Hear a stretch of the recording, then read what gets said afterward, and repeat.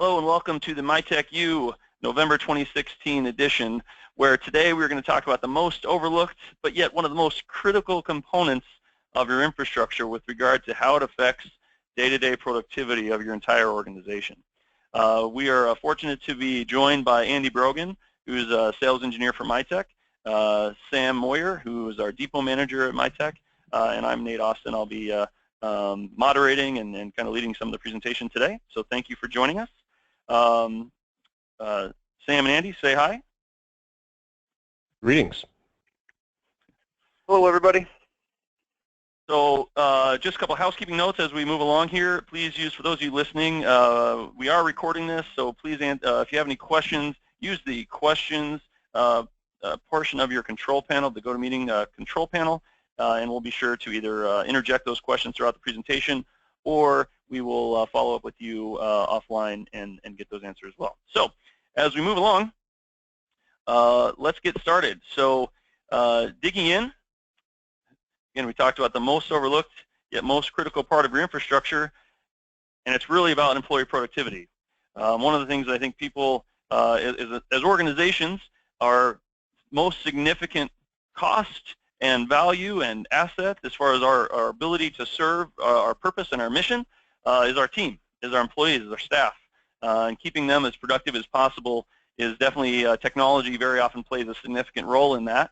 And that's definitely the end game for what we're talking about today. There's going to be a lot of technical, there's going to be some details and some tips and tricks that are going to be presented, but in the end, we're really talking about employee productivity. And so part of our jobs as managers, leaders, and supervisors in an organization is to provide our team with the right tools. I don't think anyone would argue with that. It's our job to hopefully help them do their job and give them tools that that equip them to execute on the tasks that we expect them to complete, again, and to work towards our mission. So for those of you who don't have the whole meeting time, the punchline is we're talking about desktops and laptops. It's one of the, oftentimes, the way people approach desktops and laptops is to find the least expensive, throwaway kind of commodity device. But we actually don't believe that that's the approach. And we've done lots of research, and we're going to present information today that will hopefully kind of give you some tips and some things that you should look for if you're when you're buying your next business class desktop and laptop, as well as things that we recommend whenever our customers come to us for suggestions or advice or help them procure equipment for their staff, because we believe that these things more than pay for themselves in the incremental extra cost that they have, the incremental extra investment is probably a better word for it, that they have when we actually procure these devices that can really help improve hour to hour, week to week, day to day, week to week, month to month, year over year, productivity improvement, and quite frankly, a better experience for your staff using the equipment. They're going to enjoy it more. So that's what we're going to be talking about today. One thing that Mytech always likes to illustrate is that we're talking about the very bottom part of the pyramid here, the infrastructure section. Now, desktops and laptops are only a part of that infrastructure. However, you can see based on the pyramid that it is the foundation upon which everything else is built from an IT perspective. It's where you put your software on there, your key applications, your web portals, the conduit through which your staff engage with every aspect of your technology is the desktop or the laptop. And so it's a key component, and we just want to illustrate it as kind of its place in the IT maturity model as the foundation on which everything else is built. But we don't need to illustrate that more, but we'd be happy to talk more offline if anyone would like to dig into that a little deeper. So without further ado, as we promised in the invitation that you all received, as there's some research-driven recommendations that have, and here's some tips, and we're going to be talking about these details and a few others through this presentation. So we're going to talk about how you can improve key performance, and we're going to translate that into the ramifications as far as what does that really mean. One of the most simple ways that you can improve productivity by, and not kidding, 56 to 66 days per year per employee, with a 50 to 60 to 1 return on investment on that. We're going to show you that. And then some overlooked tips at the end as far as some very common things that are that you can do to be preventative about mitigating certain threats and risks that are present in every single one of our organizations today. So that's going to be the summary and let's dig right in. All right. So many of you might have guessed, once we mentioned desktops and laptops, a new trend that's been coming out in the new maybe is the wrong way to put it. It's been out for a while, but the cost is dropping to make it more cost effective, and the size is increasing, which makes it more viable to be able to use on a day-to-day basis. So one of the things that's important, we specify our recommendations and our standards, and Sam and Andy interject here as you see fit if I'm missing some points, please. But our standard is to recommend a solid-state hard drive. There's many reasons for that, but one of them is that SSD drives actually have 30% faster when you're opening up files. They're 2 to 4 times faster when you're saving files. And what does that really translate to? So we did some math, kind of give you an idea, is it's around 156 hours a year of increased productivity, and that's presuming that you're able to gain about less than an hour a day back into your world, because your hard drive is every single time you open something, when you're operating it and using it, and when you save it, it's faster. Just using that variable alone, you're able to gain many days and many hours definitely back into your world. So that's just one of them. They boot faster. So not only is this a productivity benefit from a standpoint of just you're able to start working on your computer faster, it's kind of an anomalous benefit, I would say, from a standpoint of really, we did the math on if it's 2 minutes a day, let's say you reboot your machine every day, which I know I'm guilty of not doing that. I put my machine to sleep, my laptop to sleep a lot, instead of reboot it, which my team would probably rather that I reboot it. But if it's 2 minutes a day of just a faster boot time, you actually gain 8 hours a year per employee. So that in and of itself oftentimes would pay for the delta of having a SSD hard drive versus a regular hard drive. But the other thing that I would say that's significant, especially when we work with the oftentimes folks that are using laptops and if they're power users and they really expect, which most of us do, expect our machines to work as quickly as possible, it's also just a user experience component. I mean, people just like a machine that functions faster. Their experience is better with it. So SSD drives, while they do cost more than regular hard disk drives, they do provide a better experience, and they are indeed faster, and they pay for themselves relatively easily. The last component, yeah, sure, Andy, go ahead. This is Sam. Just interjecting here with the boot times. It's also really nice if you're having issues and you're working with your help desk or your IT guy, and they're trying to get your machine up and running, which may require multiple reboots for an install or an update or a patch or something. It also makes that turnaround time a lot quicker. Boot times, when you have multiple boots, if your boot time takes 3 to 5 minutes each time, it takes longer. That can run into an extra 15, 20 minutes, maybe even a half hour to get your problem solved. So the SSDs do help everyone involved. So that's a great point, Sam. And I know most of our customers are on a program that if it takes 30 minutes versus 15 minutes, for example, it doesn't cost them anymore in fees from us, but it definitely costs more in productivity downtime of their staff, right? And just probably the positive experience, if we can make it half as quick, or resolve it faster, then that's definitely an impact. But on the other hand, if you are paying your IT support by the hour, which sometimes people are, that actually can add up too. That's a great point, Sam. I didn't really even think about that.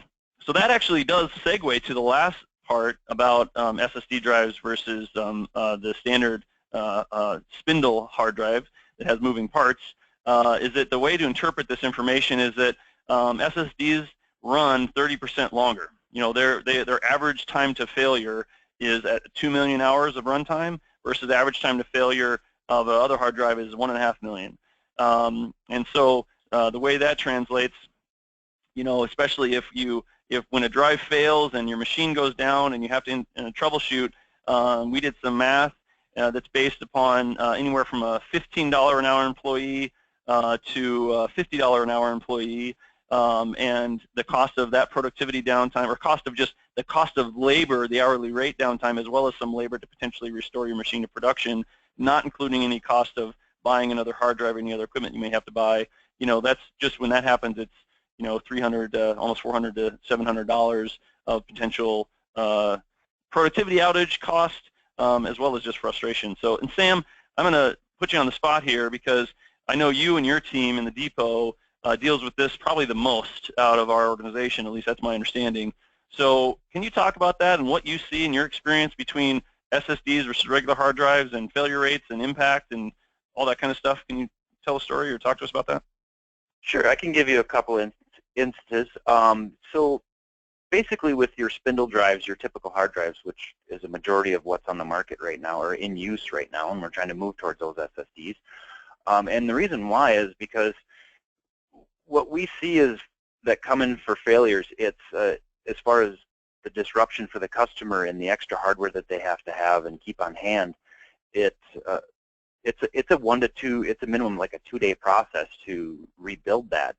And not only are we reinstalling the operating system, we have to reinstall all your hardware. We have to send a guy on site to set the machine back up. And while you do get a fresh image and a fresh install of the OS, the downtime it takes and the inconvenience is just it's very inconvenient. But yeah, and as far as the amount of hard drives failure rates, we probably see, I think I've seen 2 SSDs over the past 8 months fail. But everything else has been spindle drives.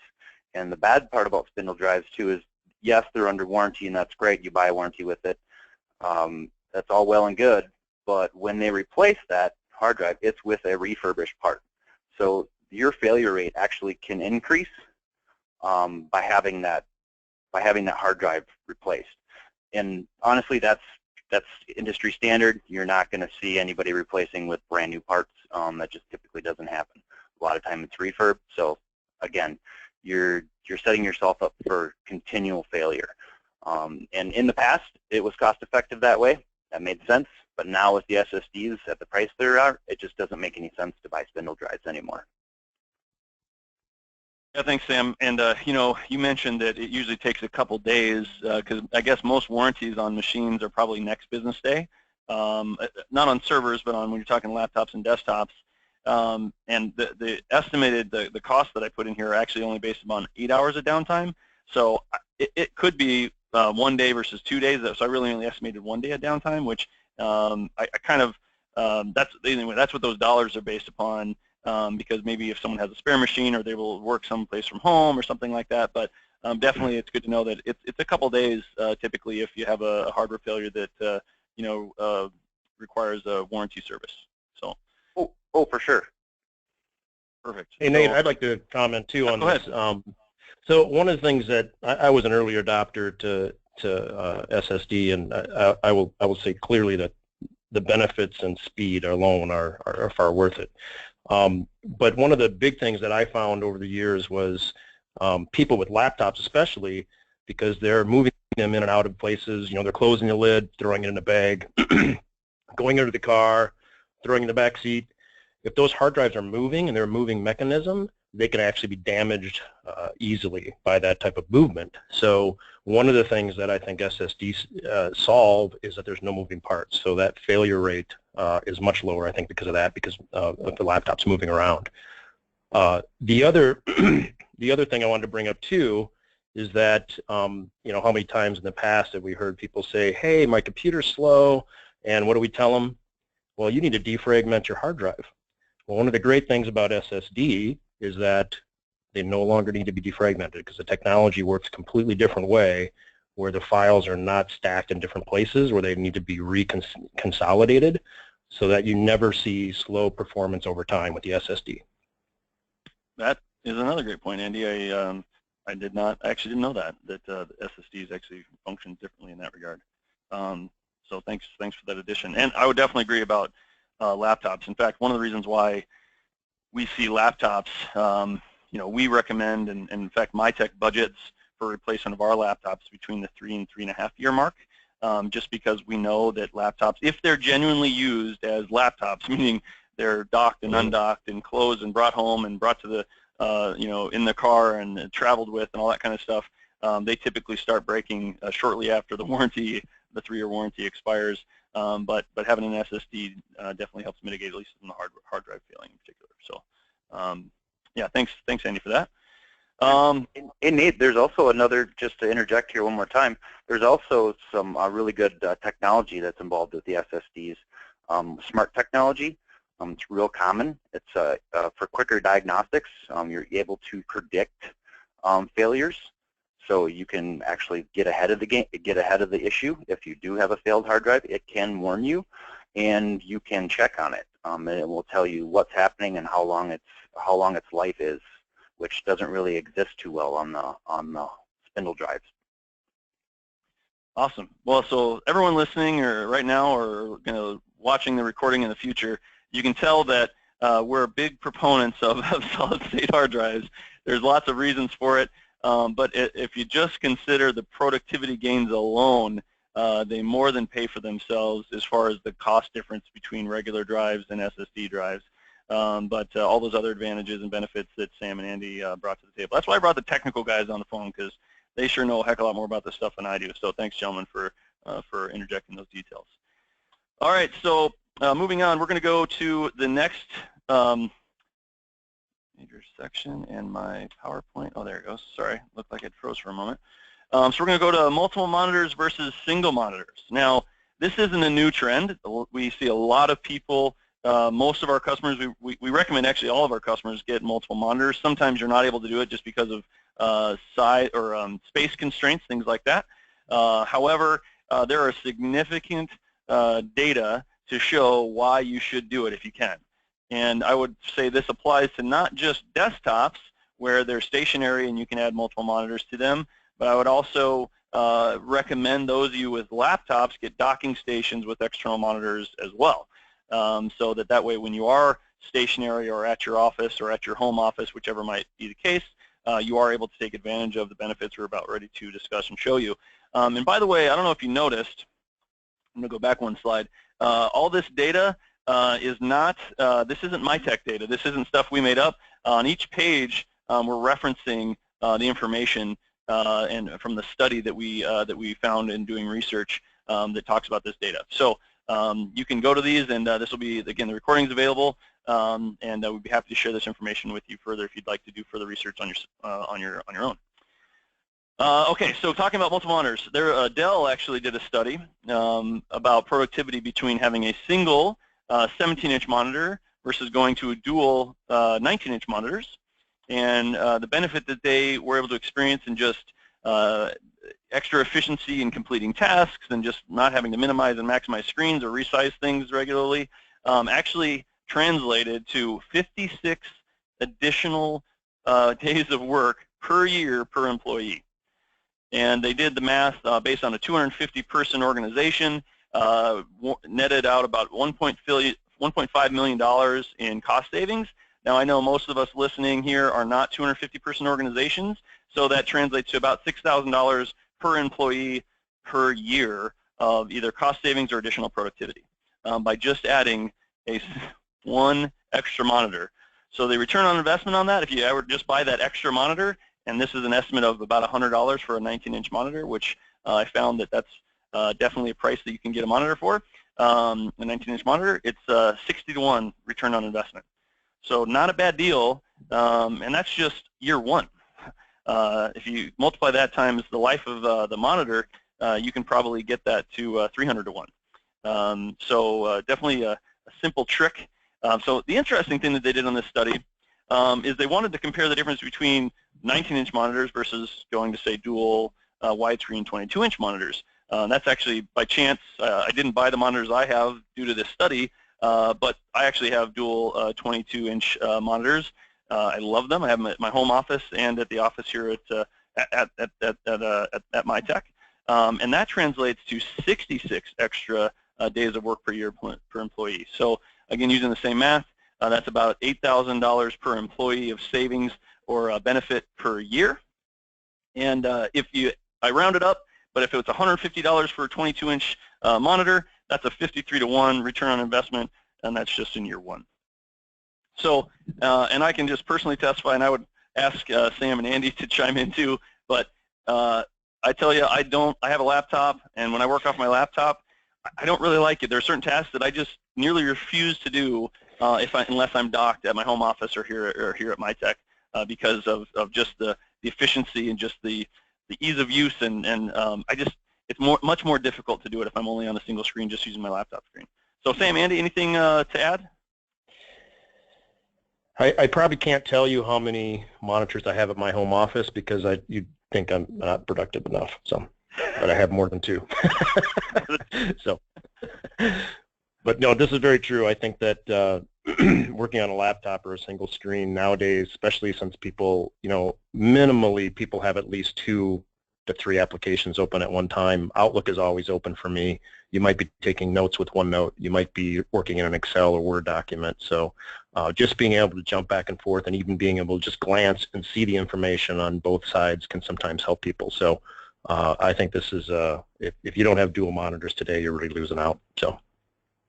Yeah, and I'm right with Andy on that one. I have multiple monitors at home, and we won't discuss how many, but yeah, all the workstations I have, even in my office and in my depot department, everything is dual monitors. My guys have dual monitors. I wouldn't ask them to work without them to run the multiple applications that we have and to be able to multitask with our different IM programs with different departments and email, and yeah, they would not be able to function for what I asked them to do. So yes, definitely a must for us. Yeah, very good. And this isn't necessarily new information, meaning the people listening now or in the future, the dual monitors and the idea of dual monitors has been around for a while. But what I was amazed by personally is when we were, I wanted to find a study and some research that actually kind of demonstrated or measured the benefit and the tangible benefit to companies and to staff. And this data is amazing. So that's one of the reasons why we wanted to show it, is not just to say, because I think many people realize that obviously, yes, you should have dual monitors, but again, not just for desktops, also for laptops, but there's significant benefit and value and return on investment for doing so. So, all right, moving on. That was kind of the second major point that we were making today. But I want to make sure to touch on, because this is definitely a theme that's kind of overriding this. This is focused specifically on laptops in particular, getting business grade versus consumer grade laptops. In this study, again, it says 10 reasons why, if you look at the link at the bottom of the page, 10 reasons why consumers should buy business notebooks. There are some things that were pretty obvious, but there's some things that I actually didn't expect. Like, for example, in business grade laptops, the first bullet here, the typing, the keys on the keyboard are set differently, and they're more robust and durable. So, and they're typically a little bit bigger on business class machines. So that makes it for actually a more efficient and effective typing experience, and there's studies that show that. Actually, that's what the document shows. So that's one that I was actually kind of blown away by. It seems maybe kind of obvious, but I didn't even really dawn on me that was the case. Ability to swap batteries, that might be something that people want with business case laptops. And overall serviceability. I actually want to hand this off to Sam, because Sam, you opened my eyes and educated me earlier this year on how certain machines, especially from a serviceability perspective, it makes it really difficult. And sometimes you even have to break the machine and even to do it. Can you talk about that a little bit and help everybody understand your perspective from someone who deals with stuff on a day-to-day basis? Sure, Nate. Yeah, as far as the serviceability goes, which, I mean, that's an added cost. We always have to do that. You're going to have to service these things at some point, or you throw them away. I mean, that's your choice. But if you're going to service them, which we recommend, with the business grade, they are basically designed to be serviced. You can open them up easier. You can get the parts are actually available.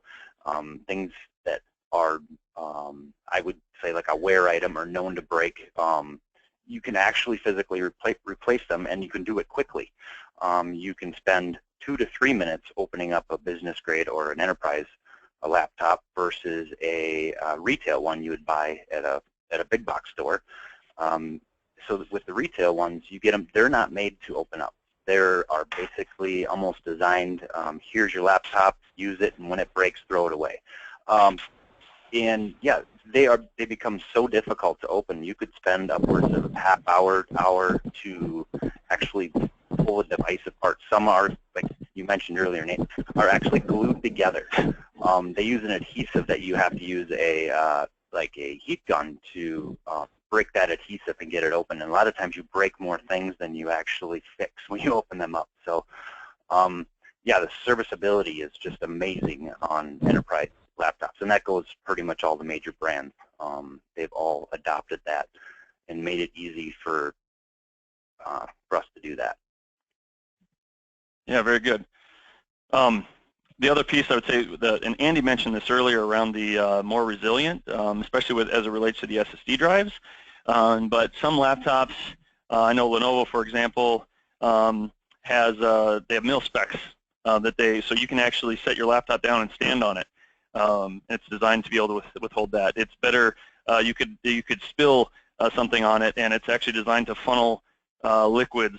Now, not submerging it, but it's actually designed to funnel liquids through the bottom, through the laptop, and by avoiding all the critical components. So there's things like that business-grade machines are designed to do as well.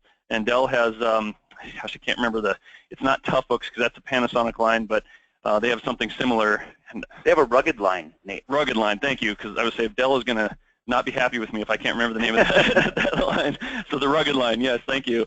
There's actually some research that I found on that too, that the rugged line has from Dell outperforms some of the Toughbooks from Panasonic, even though Panasonic was one of the first ones to really bring that to market. So yeah, thank you, Sam, for pointing out the rugged line there. So anyway, it's a significant part, and you're going to see this. The reason why I put this slide at this juncture is because the next few are actually really tied to the fact that one of the foundational pieces that we can't do, some of the next few things that we're going to recommend and suggest, and that are critical to help avoid certain security vulnerabilities and threats, and you can be preemptive about that.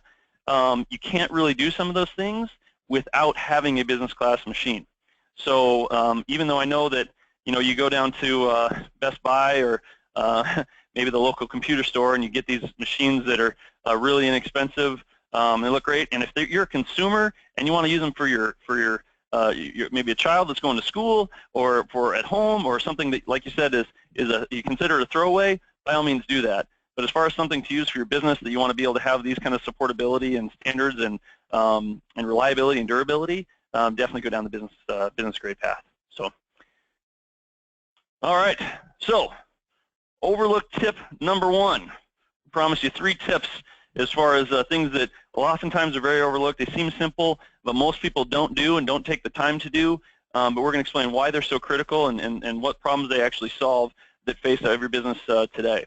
So first and foremost, statistically, 1 in 10 laptops are stolen annually, right?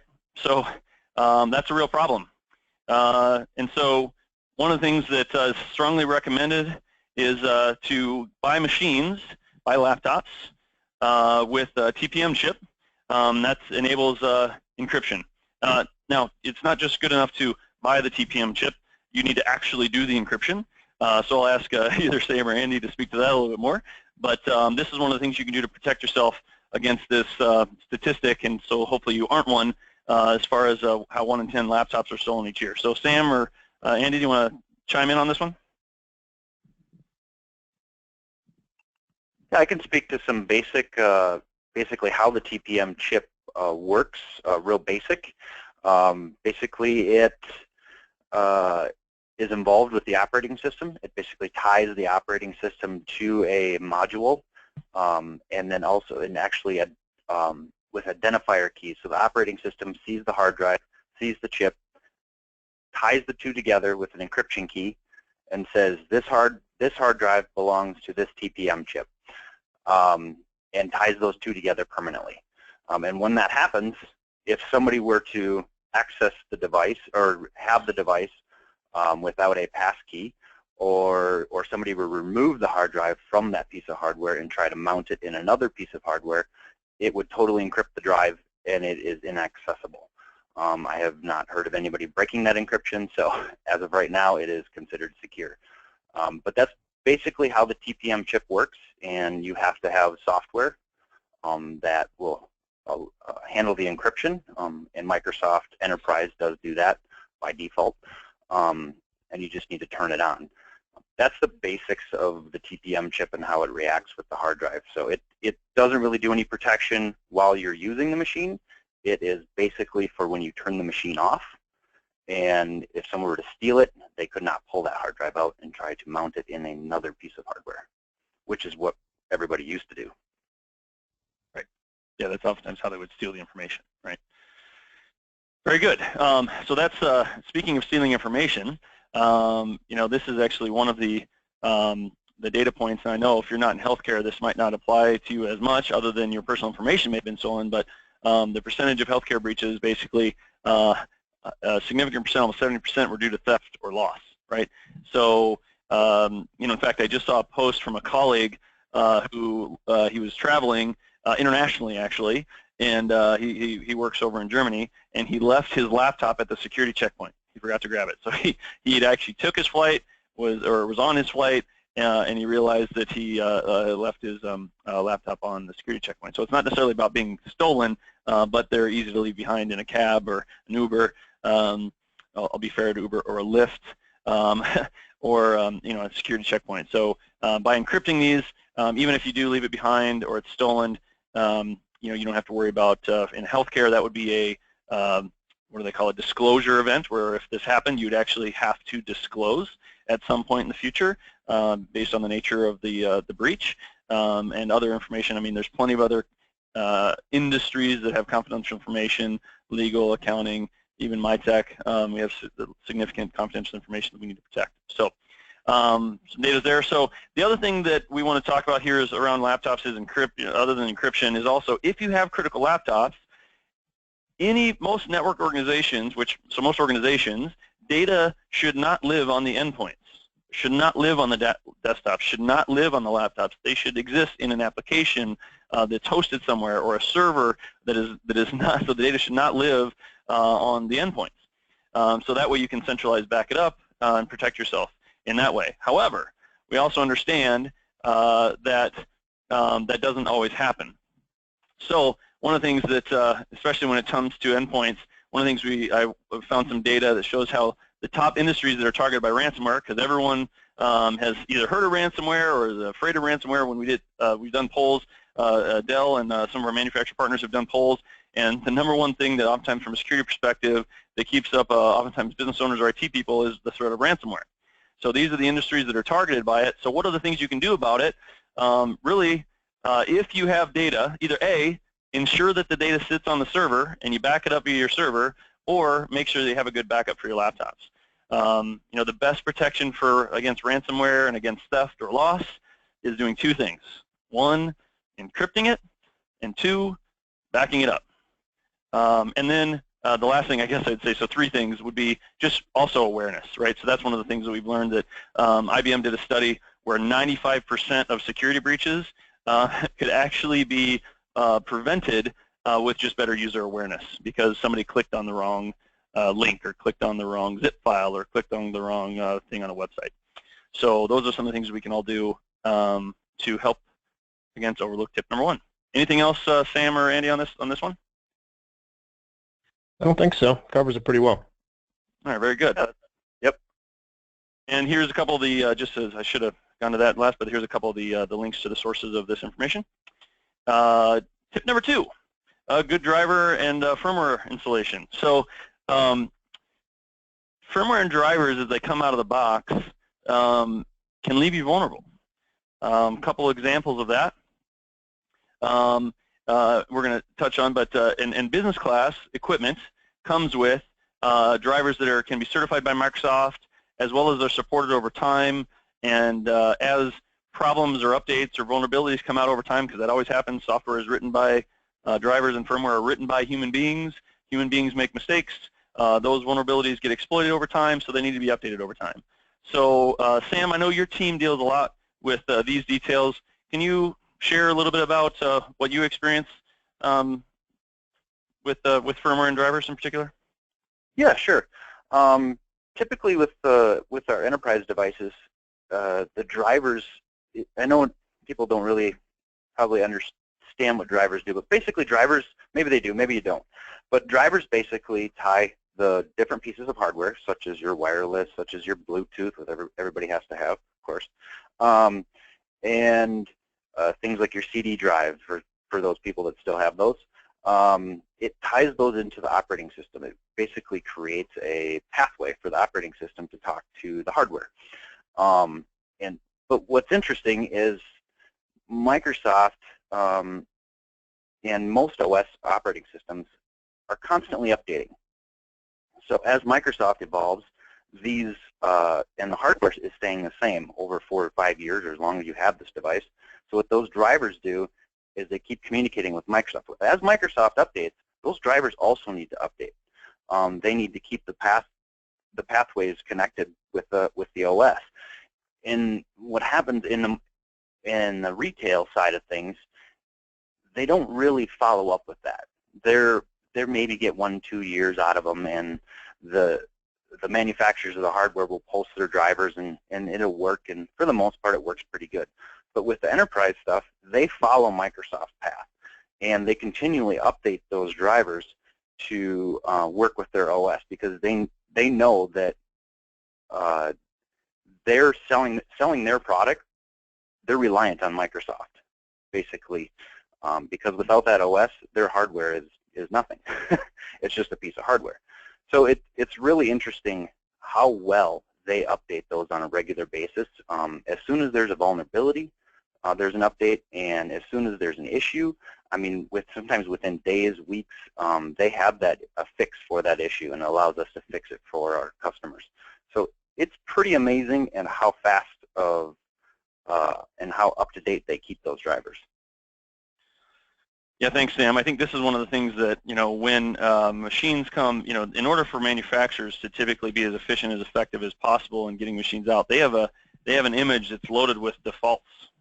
But whether or not that has all the most recent updates, or has the business class drivers, or has all of the firmware that's up to date, or known good firmware that we've vetted through experience, that's one of the things why we bring things through that's your team, our depot. And basically, we install known good firmware drivers, firmware and drivers through our process, because we know that if the firmware and drivers aren't working well, and if they're vulnerable, we get to be the ones to fix them, and our customers aren't going to be happy with us. And so this is one of the simple things that we do as machines are procured for our customers. They go through our depot, and we make sure that these pieces are taken care of to help prevent and mitigate against just known issues that can happen, and not only in the short term, but in the long term over the life of the equipment. So, yeah, thanks for that. So that kind of segues into the next tip, which is a clean operating system installation. So not only is the clean operating system necessary, but also with the drivers and everything that we were just talking about. But this one in particular has a little bit more, a couple details we want to share that maybe some of you might look back. Lenovo had it was called Superfish. There was an exploit back in 2014, early 2015 that affected their some utilities and update utilities that they had as part of their standard image when they sent out laptops. And Dell, not to exclude other manufacturers because they all have their own challenges, Dell had a software tool that was a support tool, excuse me, that was exploited. It wasn't the intent of either of these tools to do that, but because they were written by people and they were these kind of just extra utilities, they ended up getting exploited to potentially install malware and to cause problems or potentially identity theft and things like that. So the last part on this, and before Sam, I'll hand it over to you because you'll be able to speak to this more as well, is, and you kind of alluded to this a little bit on the last, is that there's junkware. Hardware manufacturers, part of the way, and especially they're able to reduce their overall cost, is because they have partnerships with third-party software vendors that want to get their software, their trialware, their demoware, third-party software preloaded on their installs. So Dell or Lenovo or HP can go to them and say, hey, I can get your software on thousands and thousands of machines. So they actually get dollars for that. I don't blame them. It's just that these pieces of software, oftentimes from a business perspective, you don't need them they just take up time and money, and their frustration and aggravation because they typically are pop-ups of the things that are just running in the background that slow your machine down. But on top of that, because they're not part of an enterprise firmware operating system driver update program, they oftentimes don't get updated over time, which means that, as again we just mentioned, software is written by humans. Humans make mistakes. Over time, those mistakes get exploited, and if you're not updating them, keeping those current, you're open to vulnerabilities. So part of our process, and again, Sam, I'll hand it over to you, is to none of our laptops that came through Mytech's depot got affected with Lenovo or the Dell exploit tool, because we do a clean install and we remove those tools to get any of that junkware and any of this bloatware out of the way. So Sam, can you speak to that a little bit in the last few minutes we have here? Yeah, and we do remove those. I mean, that's part of why the depot, part of the reason why the depot exists. But also it defines it real clear, and you have it in the description here. Trial version, demoware. Okay, well, if you were to demo anything or try anything, you wouldn't keep it. You'd try it, and you'd be done with it. And that's kind of what I think they're hoping to do when they put that on there, is like you try it, you either buy it, and you get the updated version, or you remove it. Well, what happens is it never gets removed. So we just remove it right from the beginning. And when it doesn't, so basically when it doesn't get removed, it's not being updated, as Nate said. Nobody's backing it up. Nobody's testing it or verifying that it's not vulnerable, and it can sit on your computer for 3 to 4 years, you know, out of sight, out of mind, and all of a sudden it becomes an exploit. So, and that's exactly what happened over the years. So yeah, we basically do a clean install, and there are some tools that Dell has and Lenovo has that we may leave on or we do use that have been proven, and they keep them updated. But for the most part, we remove all that in the depot process is one of the first steps. Very good. Well, as well, again, each one of these slides, we've got reference data and articles that have been conducted or to illustrate the point. So this is the research that we do on behalf of our customers to make recommendations and hopefully to the benefit of building a solid foundation to, as we talked about in the beginning, to really enhance overall productivity. I mean, that's the idea. We want your team to be as productive as possible. We want, because technology does break, when it breaks, as Sam mentioned earlier, the serviceability of a lot of this equipment is faster. We're able to get standard equipment so we can get equipment faster if there's ever a problem. And so that's our end goal, is really to provide you with some information that if you're buying this equipment on your own for your business, we would strongly recommend these tips and tricks and go through it. If you're buying it through Mytech, you're already getting these recommendations and these benefits and things through our process and through the way in which we make recommendations and deploy equipment to our customers. So, Sam, Andy, in the last minute or two, any final thoughts before we close it out and turn things off to be respectful of everyone's time? I just want to thank everybody for tuning in and listen to what we believe and what we had to say. Just thanks for listening, guys. All right. Well, with that said, thanks for joining the Mytech U November of 2016, where we talked about the most overlooked and, quite frankly, the most critical part of your infrastructure that contributes to day-to-day, week-to-week, month-to-month, year-over-year employee productivity, your desktops and laptops. Thanks a lot. Have a great day.